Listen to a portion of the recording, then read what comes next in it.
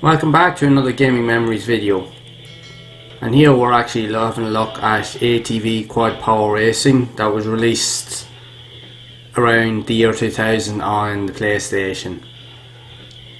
Now at this point there actually had been quite a few, let's just say, off-road type of racing games that had been released up until this point, and it definitely became more of a noticeable thing due to the end of the lifespan on the PlayStation. There was a lot of off-road type of racing games with unique quirks and features that were released on the platform towards the end. Now from what I remember, this game didn't get the greatest of reviews on magazines like of IGN and stuff that back in the day, and probably for reasons that I'll mention when I'm actually showing you this video. It's not to say that it's a bad game, but there definitely leaves a lot that could have been improved on. But it's like every game that's released on the PlayStation, they've all got their own unique quirks and so forth. Now the game, from what I played of it, I have had actually a good few goes of it. Now I never played this back in the day, but I just says I'd actually have to give it a go because I do like off-road racers, even though they can be quite challenging. But this year now, first impressions of it was actually decent. The graphics were a bit on the linear side, I will admit. Like, the tracks did seem to be a bit, it looked like you were around the same environments over and over again. But you did have access to different areas at different points of the track. You could veer off into different sections that you could take shortcuts and so forth.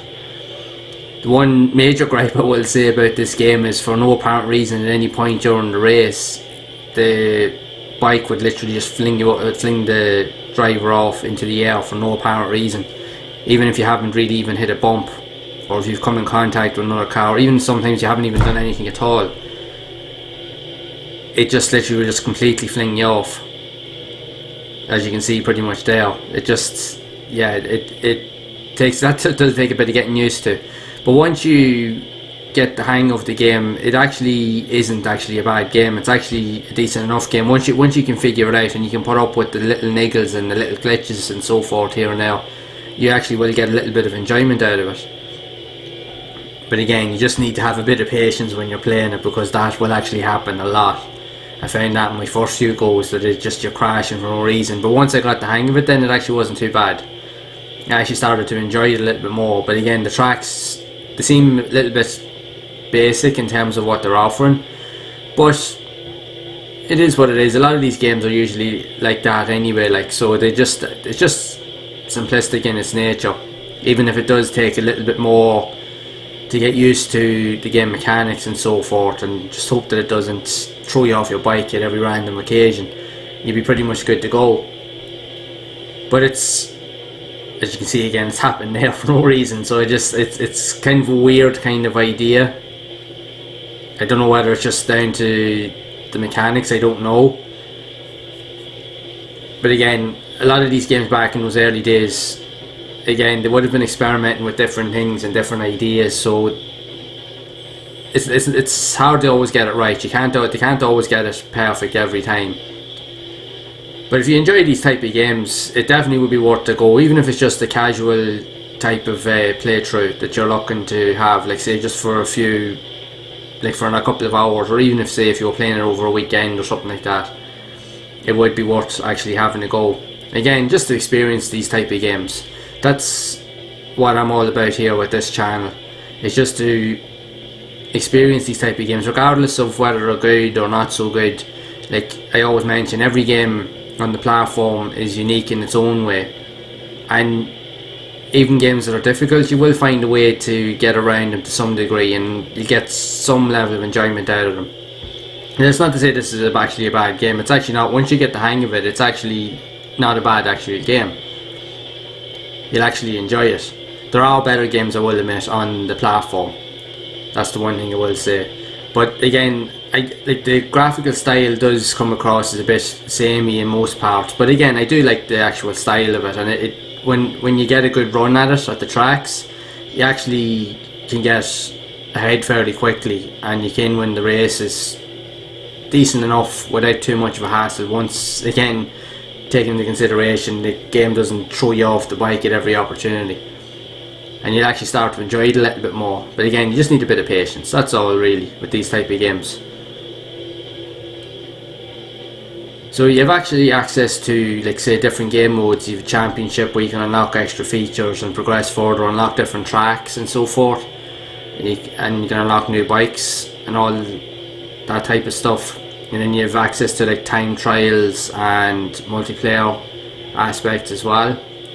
And with a lot of these games as well, the tracks, you usually get to race on tracks within different environments. Like, say here you have, like, going through farms and forests, you have like sort of snow levels and other different types of environments as well. So each environment is unique depending on the race that you're on. Like, you can be in the desert or whatever. So depending on your play style and how you get used to the game will pretty much determine how well you're going to do in each race.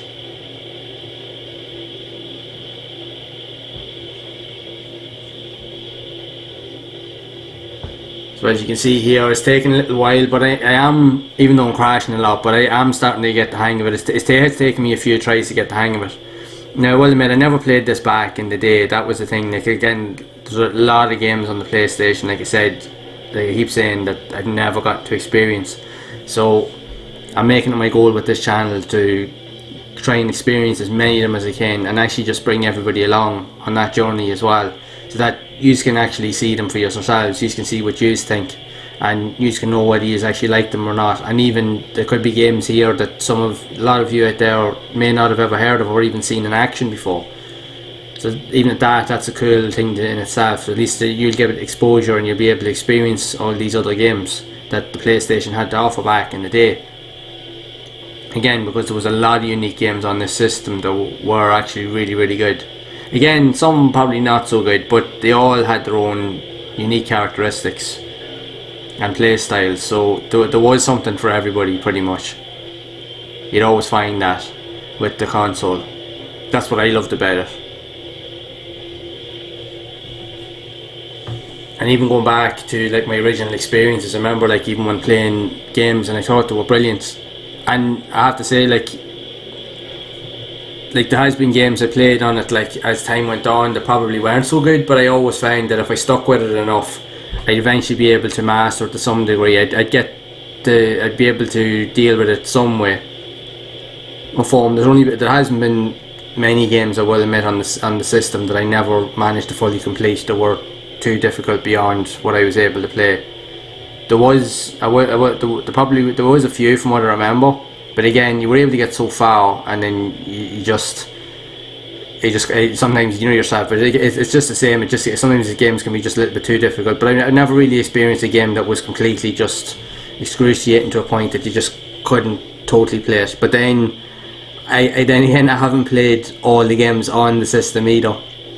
Again, like, because there's still a lot that's there that I haven't experienced, so I'd imagine that there is quite a few still out there that probably will test my patience, as I say, as time goes on.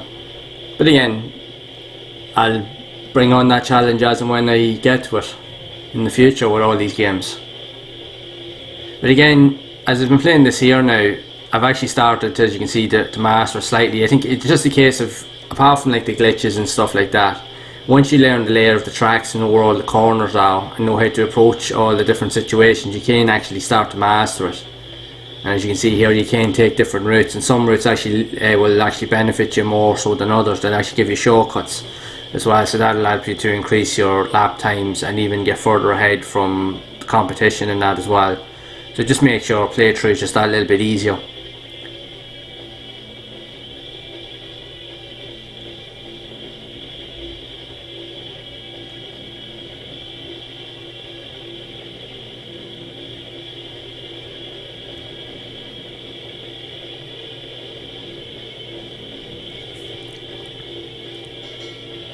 No, but for what I have played of it, I will admit, it's not a bad game. There is better off-road games that I have played on the PlayStation, but it's actually not a bad game. It is actually a fun game. If you sit down with it long enough, you actually will enjoy it.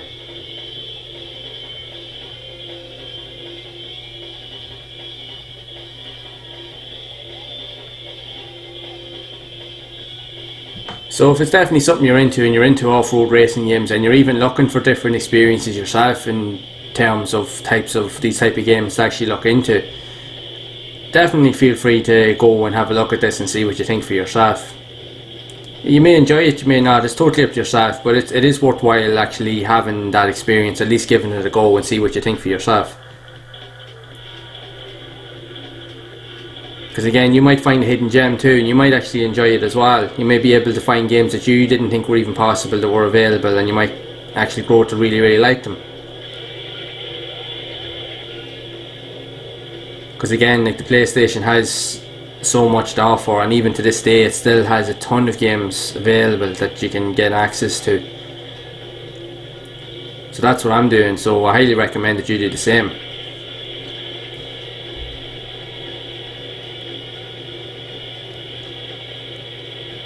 So have you played this game? What are your experiences of it? Did you enjoy it, or did you find it just okay? Let me know down in the comments, as I'd love to hear your stories. See what you think. So if you have enjoyed this video, make sure to leave a like, and also hit that subscribe button, and again hit that bell icon as well to be updated whenever I release new videos, as I will be releasing more videos showcasing other unique games on the PlayStation. Good games, even not so good games as well. My goal is to try and showcase as many and experience as many of these type of games as I possibly can. So again, until next time, make sure to keep enjoying those classics and experiencing and exploring new games or old games. And as always, make sure to keep those gaming memories alive.